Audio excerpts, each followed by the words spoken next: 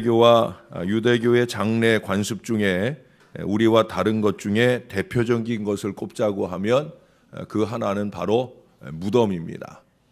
아시는 대로 우리는 시신을 땅 속에 이렇게 매장하죠. 요즘에는 이제 화장 문화가, 제가 이번 월요일에 가보니까 지금 화장 문화가 거의 80% 이상, 그러니까 대부분이 다 이제 선호하는 장례 문화가 됐는데, 이제 우리가 거기서 좀 한 발자국 더 나아가야 됩니다. 지금은 우리가 또 납골 시설을 사용하는 이런 문화에 또 젖어 있는데, 그것도 우리가 좀 극복하고 자연장으로 좀 바뀌어 가는 그런 모양으로 이제 변화가 되어야 합니다. 죽어서라도 세상에 유익되게 하는 육신이 될 수 있는 그런 변화의 노력들이 이제 아마 우리들에게 필요하리라고 여겨집니다.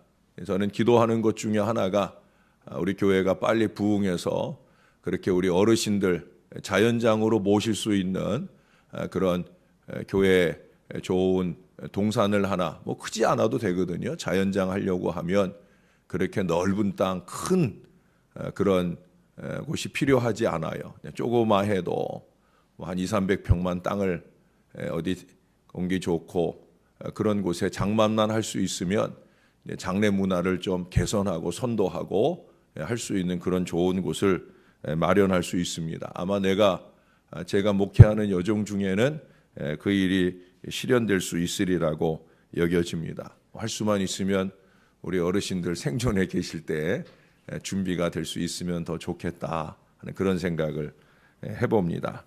우리의 이런 매장 문화와 달리 여러분 아시는 대로 이스라엘은 자연 동굴이나 또는 인위적인 동굴을 무덤으로 씁니다. 동굴 안에 평평한 바위 위에 시신을 안치하고 그 동굴 입구, 즉 무덤 입구를 큰 돌로 막아서 닫아 놓습니다.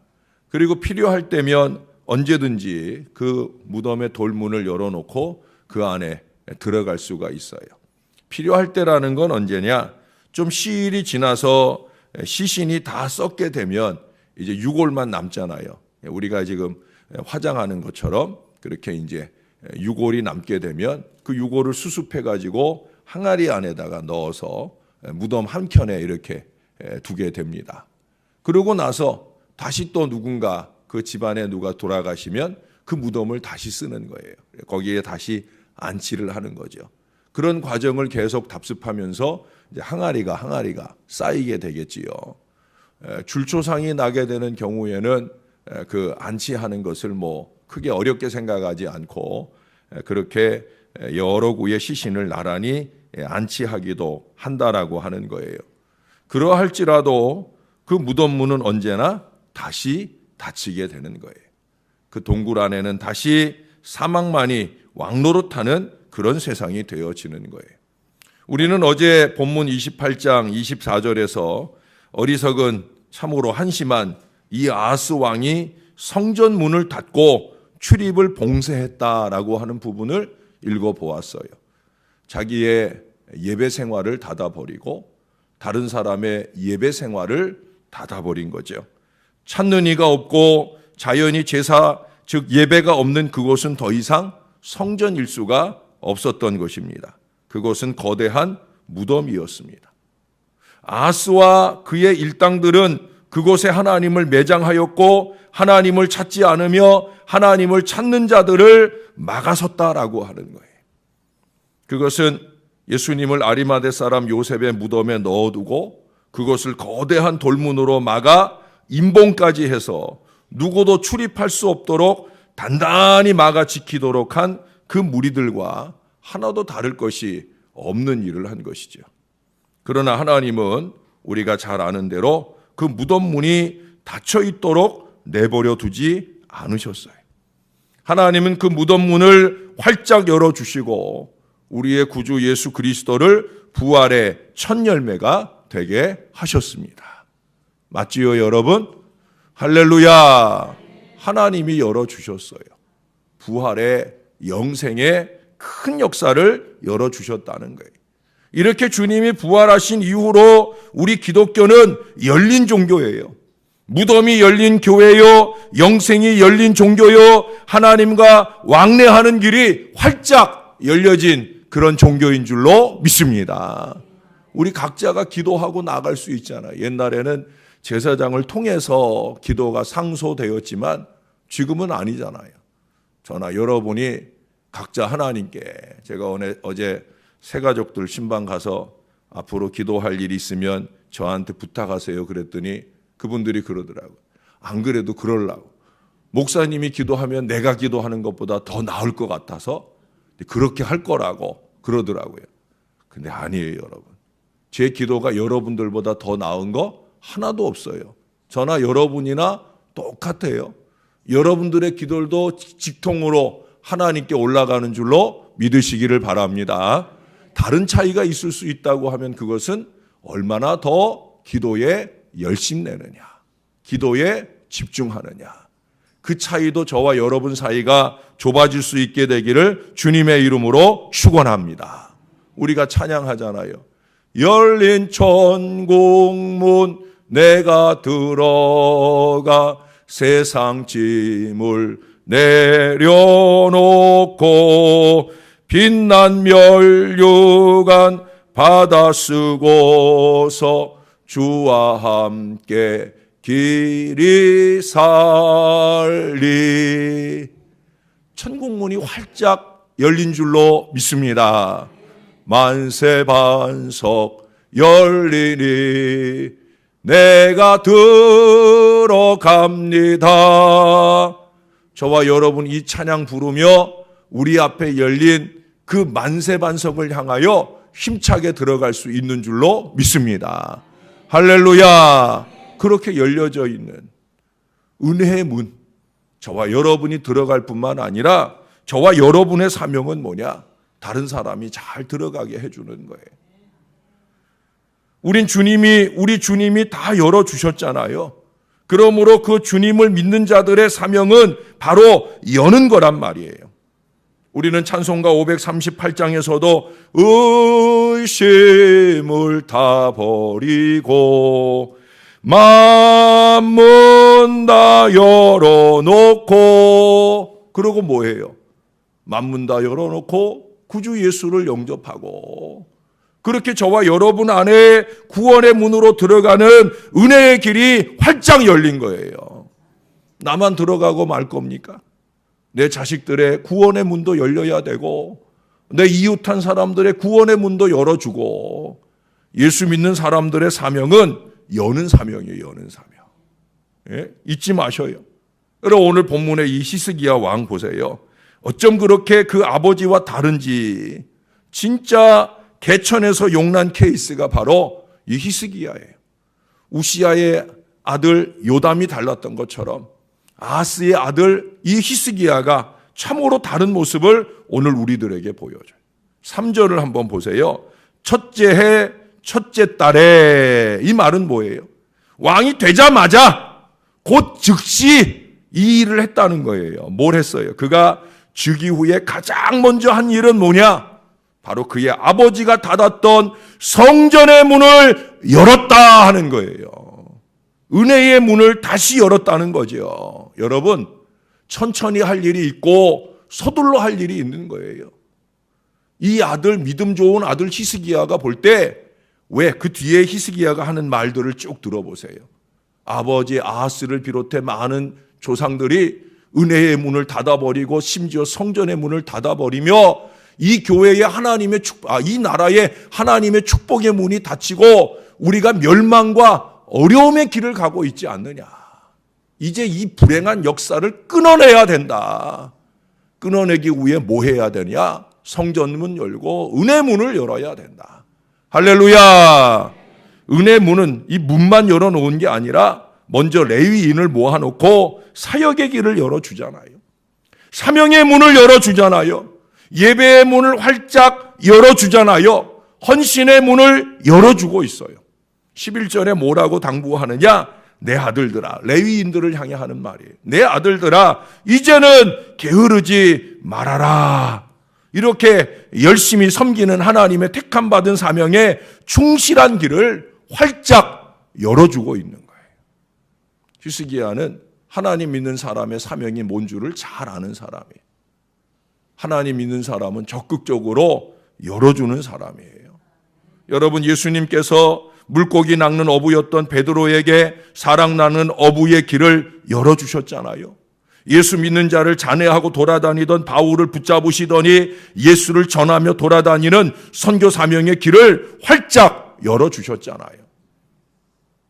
베드로 보세요. 설교를 통해 3,000명의 사람들에게 구원의 문을 활짝 열어주었어요. 고넬료라고 하는 이방인의 집 식구들에게 말씀으로 은혜를 입히고 성령 충만의 길을 열어주었습니다. 열어주는 거예요. 교회에 또는 교인이 닫는 일 하면 절대 안 되는 거예요. 저는 제일 답답한 일 가운데 하나가 우리 교회 문이 닫혀 있는 게 늘 답답해요. 그래서 목회자들, 부교육자들이 꼭 교회에 있을 때는 문 열어놔라. 제가 이 일을 꼭 당부를 해요. 열어놓아야 되지요. 그러나 어쩔 수 없는 서울 한복판에 있고 또 도난을 우려하고 뭐 이런 것들 때문에 우리가 닫아놓는데, 저는 가능하면 빠른 시간 안에 적어도 로비와 화장실까지는 누구나 들어들 수 있는, 우리가 안전장치가 거의 돼 있고 보안시설이 돼 있기 때문에 카메라도 다 있고 하기 때문에 뭐 소예배실 좀 닫게 되더라도 어느 때 누구라도 교회 안에 들어와서 어느 자리에 앉아서라도 기도하고 갈 수 있는 열려있는 교회가 되어야 되죠. 24시간 열려있어 누구라도 들어와서 마음도 쉬고 육신도 쉬고 그렇게 회복되는 은혜의 자리를 만들어 가야 될 거예요. 여러분, 예수님께 은혜 입은 사람들의 공통점은 여는 사명에 충실한 걸 보잖아요. 하나님과 사람 사이를 열어주고 사람과 사람 사이를 열어주는 거예요. 고린도후서 5장 18절에 이를 가리켜 화목하게 하는 직책이라 라고 말씀하고 있어요. 여러분 어떻습니까? 잘 열어주고 계신지, 화목하게 하는 직책을 잘 감당하고 있는지. 그 앞에 5장 17절에 뭘 얘기해요? 그리스도 안에서 그리스도를 통하여 새로운 피조물의 인생이 열린 사람이요. 바로 그런 사람이 이 화목하게 하는 이 사명에 부름받은 사람인 걸 얘기를 하는 거예요. 열어주는 사람이 되어야 된다는 거예요. 할 수 있으면 저와 여러분의 자녀들의 미래를 우리의 기도로 열어주어야 할 줄로 믿습니다. 오늘 수능 시험 보는 우리 아이들의 미래도 저와 여러분의 뜨거운 기도로 열어줄 수 있게 되기를 주님의 이름으로 축원합니다. 죄송한 얘기지만 여기서 쏙닥거리고 저기서 쏙닥거리며 닫는 사람 되면 안 돼요. 여기서 툴툴거리고 저기서 툴툴거리며 닫는 사람 되면 안 돼요. 자기 사명과 헌신의 자리를 닫아버리고 다른 사람 헌신하고 하는 일들을 막아서는 이 어리석은 인생이 되는 사람, 아하스하고 똑같은 사람이에요. 여러분, 아하스 같은 사람이 돼서 아하스가 겪었던 멸망의 미래를 가겠습니까? 멸망의 미래를 자녀들의 앞길에 안겨주겠습니까?